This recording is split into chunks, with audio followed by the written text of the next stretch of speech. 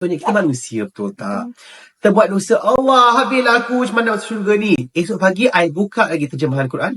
Allah kata, sebesar mana sekalipun dosamu, aku akan memaafkanmu, asalkan kau bertaubat.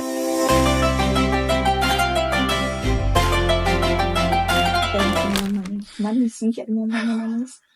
Pengalaman yang cukup manis. I think it's the best experience saya pernah ada in my entire life.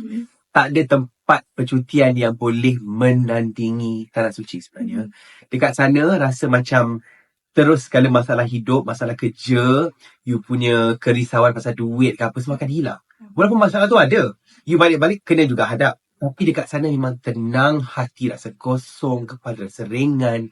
Dan yang paling best sekali, dekat sana paling mudah untuk kita buat segala jenis ibadah. Sebab tak ada distraction. Pergi sana tu rasa macam senang aja nak buat solat sunat, nak berpuasa, nak bangun tahajud. Semua tu sangat dipermudahkan. And that's why kat sana you rasa macam inilah mungkin orang kata metafora of how Jannah is going to be. Because it's beautiful. Beribadah, makan, tidur. Itu sahaja. Hajatnya memang lepas bawa mak dengan adik nak pergi seorang. Tiba-tiba hati terdetik nak bawa my father pula. I masih terhutang satu trip untuk my father. Sebab dia pun tak pernah merasa pergi Tanah Suci kan. So saya bawa my father tahun ni Alhamdulillah. Dan dia pun suka sangat. Dia pun banyak menangis. First time ya, ayah saya jenis yang punyalah hati bapak mana nak menangis. Dia solat dekat Masjidil Haram punya rooftop. Dia kata dia menangis terkenangkan arwah ayah dia. Punyalah orang kata ajaibnya dekat Tanah Suci kan. Tapi plan untuk pergi seorang tu masih lagi ada. InsyaAllah perancangannya untuk pergi seorang lepas musim haji tahun ni. So bulan 7 insyaAllah saya akan berangkat ke Tanah Suci seorang diri. InsyaAllah kalau dipermudahkan insyaAllah. Sebenarnya tiada manusia yang 100% positif. The only way untuk kita survive dalam dunia ni adalah untuk sabar. Sebab sebenarnya orang yang positif adalah orang yang sentiasa sabar dalam apa jua yang diorang hadapi. Benda yang paling teruk happen kat you. Contoh dengan drive, dengan Rashid pergi meeting, tayar pancit. Daripada kita nak mengeluh, marah. Kenapa aku kena macam ni? Stres. Itu dah akan ruin mood kita. Benda yang boleh settle cepat jadi lambat dan sebagainya. So I think saya selalu pegang kepada ajaran Islam di mana bersabar tu sangatlah penting. Sangatlah penting. Sebab bila kita sabar dan tak panik, walaupun dalam saat-saat genting sekalipun, kita akan nampak yang masalah tu tidaklah sebesar yang dijangka. So automatically, you will become more positive. You know why? Bila kita sabar, kita akan cool down pun lagi cepat. Kalau kita marah, benda macam, kecil lah. Lepas tu dah, patutnya boleh cool down lepas ni, dah kena minta maaf orang lain pula. Sorry tau, tadi aku marah-marah. Sorry tau, dah banyak pula kerja. But if you are patient from the start, insyaAllah, senang untuk kita cool down, senang untuk kita lagi positif dalam hidup. One of the biggest ways untuk kita kekal istiqamah adalah jangan buat benda tergesa-gesa sangat dalam ibadah. Contohnya, kita punya kewajipan yang utama, solat 5 waktu, dalam bulan Ramadan, berpuasa. Basically, the main ones, 2 ni lah ibadah seharian kita, betul.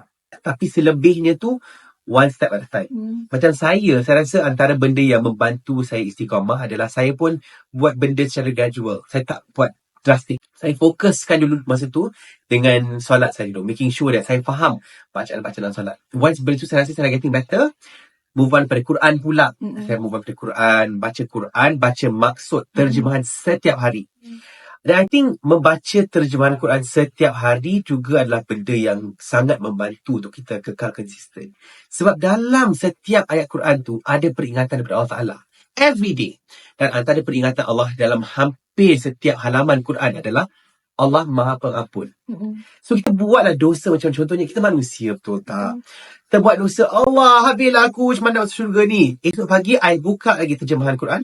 Allah kata sebesar mana sekalipun dosamu, aku akan memaafkanmu asalkan kau bertaubat. So every day is a reminder untuk I. So benda tu membuatkan rasa macam keep going. Sebab manusia memang mudah lupa. Itu lumrah manusia. But if we keep reminding ourselves melalui medium yang Allah sendiri hantarkan, insyaAllah boleh kita istiqamah. Timing Allah tak pernah salah. Betul tak? Dulu, I memang nak sangat. I nak jadi host macam Pak Neil, macam Alif Sata, macam Awal Asyari. Nak sangat. Tapi time tu tak dapat. Kenapa? Tak dapat show Astro Ria, for example. You know, orang tak kenal I. Orang still rasa macam you terlampau open. Tapi rupa-rupanya, I rasa Allah nak I berhijrah terlebih dahulu. Untuk I, orang kata, ada self-control bila mengacara. Kalau I dapat rezeki sebegini dulu, mungkin cara I mengacara still jenis yang, weh, kepahal korang semua. tak bertapis, lepas tu jenis yang tak jaga batas pergaulan. Tapi sekarang, Alhamdulillah dengan rezeki-rezeki yang datang, number one, I lebih bersyukur. Number two, I rasa the more I get, the more humble I become. And number three, I lagi menjaga tutur kata, menjaga batas pergaulan. So I think timing tu is perfect. Allah memang nak I, orang kata, berhijrah dulu, lebih tunduk pada dia, barulah Allah bagi semua rezeki sekarang. I rasa dia punya perasaan tu macam perempuan pakai tudung. Bila perempuan berhijab, kan dia akan rasa lebih selamat, tu tak?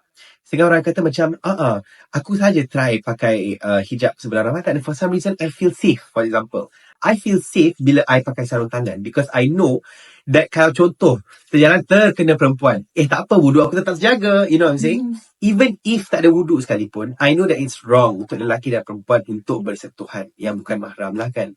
Jadi dengan memakai tu, I tak rasa terbeban, I tak rasa susah, I rasa selamat.